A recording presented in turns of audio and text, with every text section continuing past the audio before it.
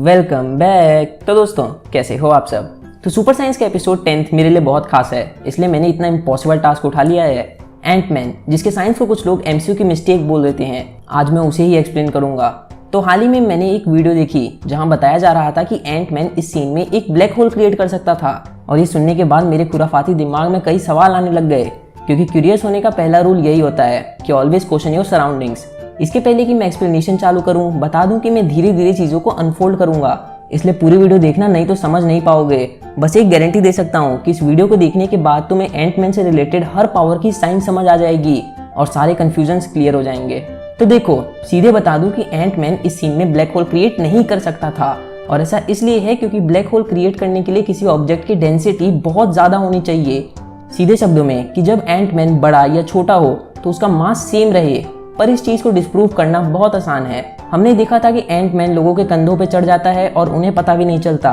Ant-Man चींटियों पे सवार होता है, जायंट मैन बन के बड़े बड़े मिसाइल सह लेता है, और जब थॉमस द ट्रेन बड़ा हो जाता है तो वो घर को तोड़ देता है।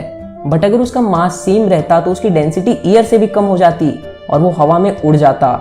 इन सब बातों से हमें साफ पता चलता है कि जब ऑब्जेक्ट्स बड़े या छोटे हो रहे हैं तो उनका मास भी चेंज हो रहा है। इवन ये बात तो हम पिम पार्टिकल्स की डिस्क्रिप्शन में भी पढ़ सकते हैं, चाहे वो कॉमिक्स का हो या एमसीयू का।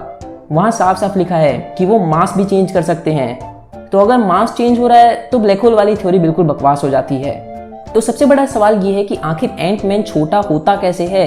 जाहिर सी बात है पिम पार्टिकल्स, लेकिन वो काम कैसे करते हैं। पिम पार्टिकल्स ह्यूमंस को छोटा कर देते हैं, लेकिन उनकी स्ट्रेंथ पहले जैसी ही रहती है।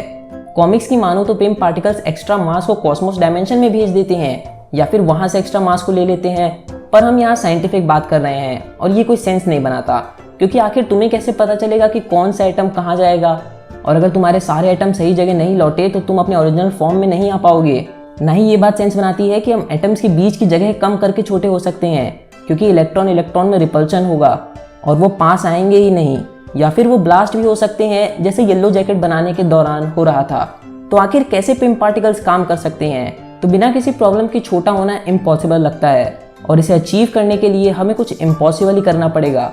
तो एक एटम का रेडियस प्लैंक लेंथ से डिसाइड होता है, जो कि एक कांस्टेंट है, यानी उसे बदला नहीं जा सकता। और यहीं आते हैं हमारे जीनियस हैंक पिम, जिनके पार्टिकल्स ऐसा कर सकते हैं।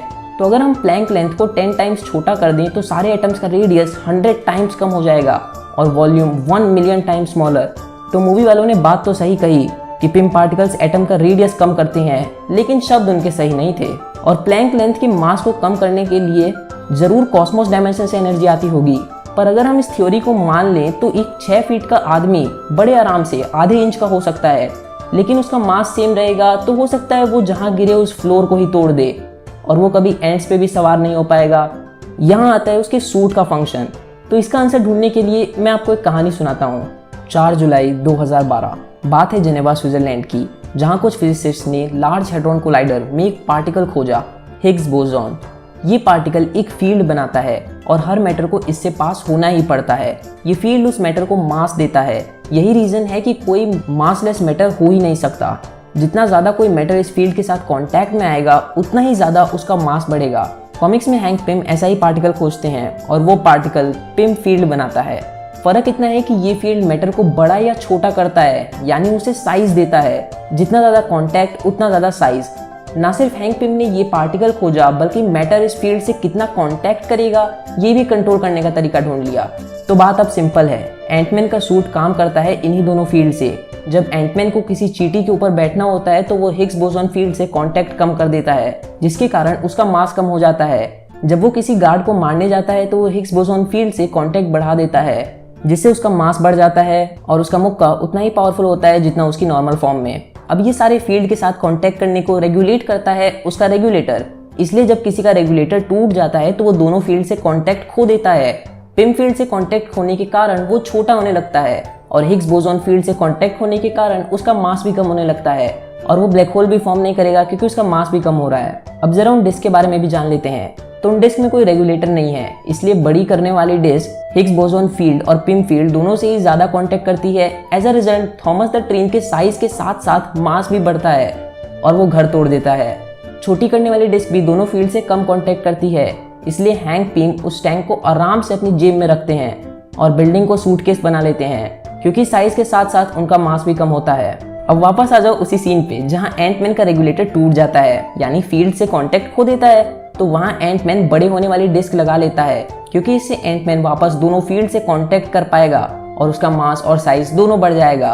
और मूवी में भी हम कुछ ऐसा ही देखते हैं कि स्कॉट वापस बड़ा हो जाता है। तो मैंने अपने हिसाब से तो सब कुछ एक्सप्लेन कर दिया है। अगर फिर भी समझ ना आए तो वीडियो को 2-3 बार देख लो। फिर भी कोई डाउट बच जाए तो कमेंट करना, एक्सप्लेन करने की पूरी कोशिश करूंगा। और हाँ, अंत में ये सब बस मेरी एक थ्योरी है, तो ज़्यादा सीरियस होने की ज़रूरत नहीं है। मुझे पता है कोई ना कोई लिखेगा कि ये मूवी है, इतना दिमाग मत लगा, बट मुझे तो इसमें ही मज़ा आता है। तो बस दोस्तों, आज के लिए बस इतना ही। अगर आपको वीडियो अच्छी लगी, वीडियो कर दे लाइक और हमारे चैनल को भी कर दें सब्सक्राइब।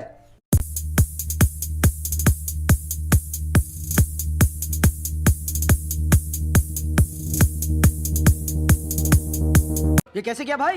घबराना मत, बस अपने कंधे पर देख। ओए ओए क्या कर रहा है? ओए ओए लगता है पैदा होने के बाद पहली बार चिल्लाया है।